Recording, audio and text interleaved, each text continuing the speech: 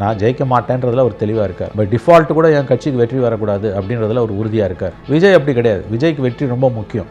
ஏன்னா விஜயோட பாலிடிக்ஸ், விஜயோட பர்சனாலிட்டி, விஜய் கூட இருக்க விஜயோட கட்சி, விஜய் சொல்லக்கூடிய விஷயங்கள், விஜய் கூட இருக்கவங்க, இவங்கெல்லாம் வந்து வெற்றியை விரும்புகிறவங்க, அதை நோக்கி பயணிக்கிறவங்க. அது அவங்களுக்கு கிடைக்கலாம், கிடைக்காம போகலாம். ஆனால் சீமான் மாதிரி பை டிஃபால்ட்டாக வந்தால் கூட எனக்கு வெற்றி வேணான்னு சொல்லக்கூடிய அளவில் விஜய் இல்லை. அவர் வெற்றியை விரும்பக்கூடியவர் தான் அவர். அதனால தான் நான் சொன்ன 10% சான்ஸ் அவருக்கு இருக்கு. மேபி இப்போ பவன் கல்யாண் மாதிரி ஒரு ஸ்ட்ராட்டஜி உருவாக்க வாய்ப்பு இருக்குமோ திரு விஜய்? எனக்கு தெரியல. பவன் கல்யாண் ஸ்ட்ராட்டஜிலாம் தமிழ்நாடு பாலிடிக்ஸில் எப்படி ஒர்க் அவுட் ஆகணும்னு எனக்கு தெரியல. இங்கே ரொம்ப கிறிஸ்டல் கிளியராக இருக்குது. Either with DMK or ADMK. 10 வருஷம் 5 வருஷம் பொறுத்து கவர்மெண்ட் முடிச்சுட்டு மக்கள்கிட்ட போகும்போது ஸ்டாலின் வேணுமா வேணாமான்றதான் இங்கே கேள்வியை ஒழிய வேற எதுவுமே இங்கே கேள்வி. அந்த ஒரு பாயிண்ட்ல அவங்க ஒன்று சேர்றதுக்கு வாய்ப்பு இருக்கும்ல. அதனால 10% அதுதான் இப்போ டிஎம்கே தான் எதிரி. மக்கள் கிட்ட வந்து அந்த நரேட்டிவை வந்துட்டு செட் பண்றதுக்கான வாய்ப்புகள் இருக்கும்ல. ஒரே எதிரி இப்போ டிஎம்கே ஆட்சியில இருந்து அகற்றணும், அதனால நான் கூட்டணி வைக்கிறேன் அப்படிங்கிற நரேட்டிவ் செட் பண்ணி உள்ள வரதுக்கான வாய்ப்பு இருக்கும்ல. விஜய் ஃபேக்டர் ஒரு மறுபடியும் நான் சொல்றேன், இட்ஸ் ரொம்ப எல்லாருமே ஆங்கிலத்தில் சொல்றேன்னா எல்லாரும்னா both DMK and ADMK and BJP 3 Congress 4 பேருமே. காங்கிரஸ் கூட விட்டுருங்க, அவங்க பிஜேபி திமுகவோட இருக்காங்க.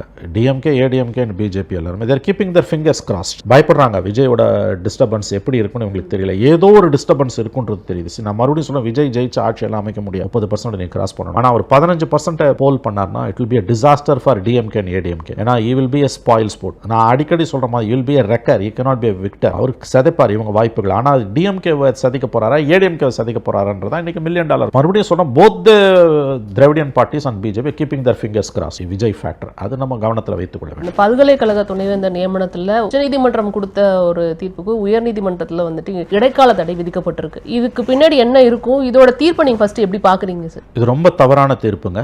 ரொம்ப தவறான தீர்ப்பு. ஏன்னா இந்த விவகாரம் தமிழக சட்டமன்றத்தில் ஏற்றப்பட்ட தீர்மானத்திற்கு உச்சநீதிமன்றம் அனுமதி கொடுத்து அது சட்டமாகிறது. குடியரசுத் தலைவரும் ஆளுநரும் அனுமதி கொடுக்க மறுக்கிறார்கள். 2 ஆண்டுகளுக்கு மேலே தூங்குறதால delay in passing the bill. அதை காரணமாக வச்சு காலதாமதம் என்ற காரணத்தால் வரலாற்றில் முதன்முறையாக கவர்னரோட கையெழுத்தோ குடியரசுத் தலைவர் கையெழுத்தோ இல்லாமல் உச்சநீதிமன்றத்தோட உத்தரவின்படி ஒரு மசோதா சட்டமாகிறது. 10 மசோதாக்கள் சட்டமாகி அது பில்லு பாஸ் ஆகி ஆக்ட் ஆயிடுச்சு.